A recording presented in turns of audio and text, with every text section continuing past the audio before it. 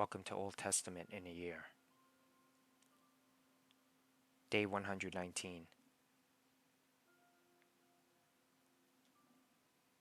Ruth 3. One day Naomi said to Ruth, "My daughter, it's time that I found a permanent home for you, so that you will be provided for. Boaz is a close relative of ours, and he's been very kind by letting you gather grain with his young women. Tonight he will be winnowing barley at the threshing floor. Now, do as I tell you. Take a bath and put on perfume and dress in your nicest clothes. Then go to the threshing floor, but don't let Boaz see you until he has finished eating and drinking. Be sure to notice where he lies down. Then go and uncover his feet and lie down there. He will tell you what to do." "I will do everything you say," Ruth replied. So she went down to the threshing floor that night and followed the instructions of her mother-in-law. After Boaz had finished eating and drinking and was in good spirits, he lay down at the far end of the pile of grain and went to sleep. Then Ruth came quietly, uncovered his feet, and lay down.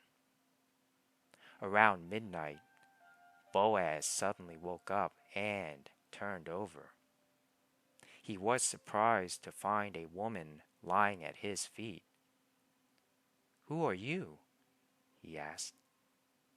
"I am your servant, Ruth," she replied. "Spread the corner of your covering over me, for you are my family redeemer."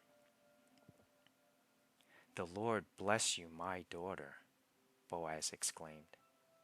"You are showing even more family loyalty now than you did before, for you have not gone after a younger man, whether rich or poor. Now, don't worry about a thing, my daughter. I will do what is necessary, for everyone in town knows you are a virtuous woman. But while it's true that I am one of your family redeemers, there is another man who is more closely related to you than I am. Stay here tonight, and in the morning I will talk to him.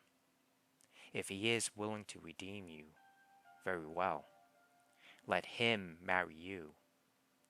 But if he is not willing, then, as surely as the Lord lives, I will redeem you myself. Now, lie down here until morning." So Ruth lay at Boaz's feet until the morning, but she got up before it was light enough for people to recognize each other. For Boaz had said, "No one must know that a woman was here at the threshing floor." Then Boaz said to her, "Bring your cloak and spread it out." He measured 6 scoops of barley into the cloak and placed it on her back. Then he returned to the town. When Ruth went back to her mother-in-law, Naomi asked, "What happened, my daughter?" Ruth told Naomi everything Boaz had done for her, and she added, "He gave me these 6 scoops of barley and said, 'Don't go back to your mother-in-law empty-handed.'" Then Naomi said to her, "Just be patient, my daughter, until we hear what happens. The man won't rest until he has settled things today." Ruth 4. Boaz went to the town gate and took a seat there. Just then, the family redeemer he had mentioned came by. So Boaz called out to him, "Come over here and sit down, friend. I want to talk to you." So they sat down together. Then Boaz called 10 leaders from the town and asked them to sit as witnesses. And Boaz said to the family redeemer, "You know Naomi, who came back from Moab. She is selling the land that belonged to our relative Elimelech. I thought I should speak to you about it so that you can redeem it if you wish. If you want the land, then buy it here in the presence of these witnesses. But if you don't want it, let me know right away, because I am next in line to redeem it after you." The man replied, "All right, I'll redeem it."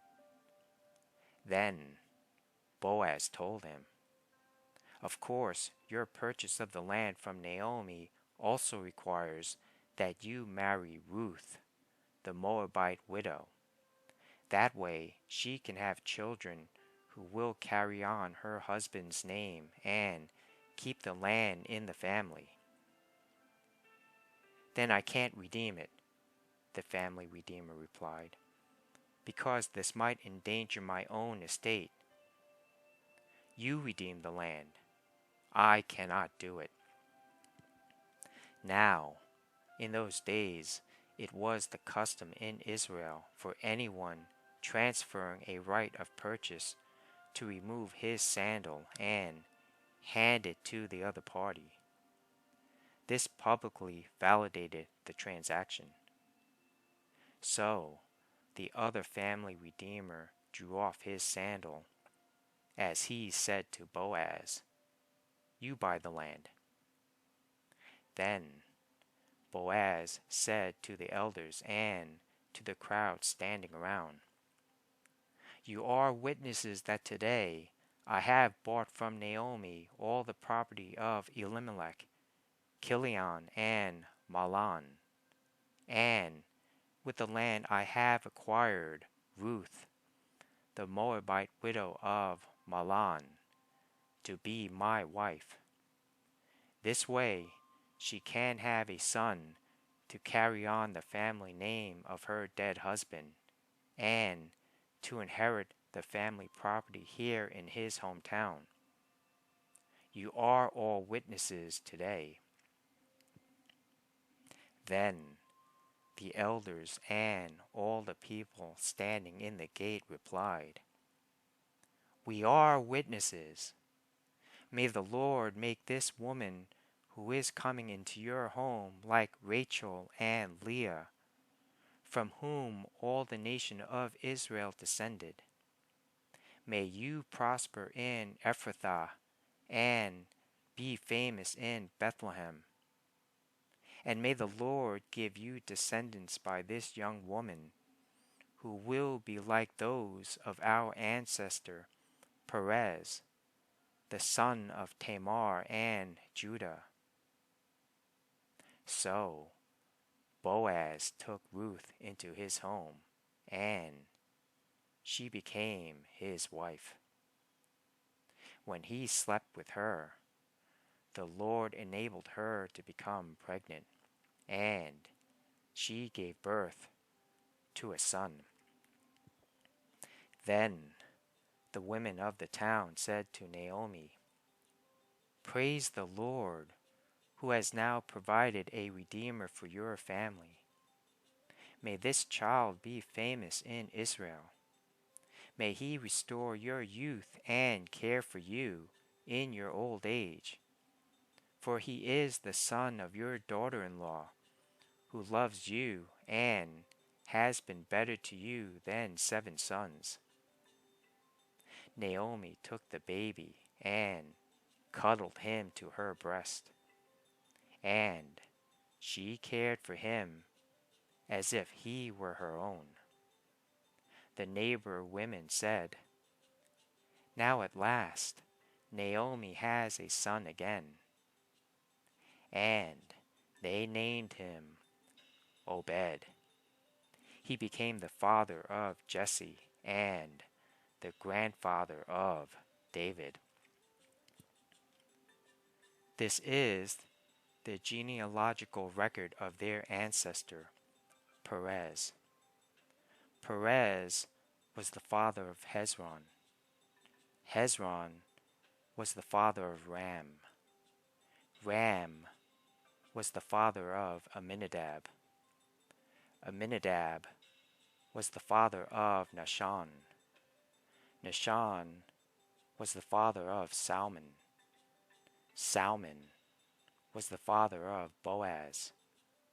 Boaz was the father of Obed. Obed was the father of Jesse. Jesse was the father of David.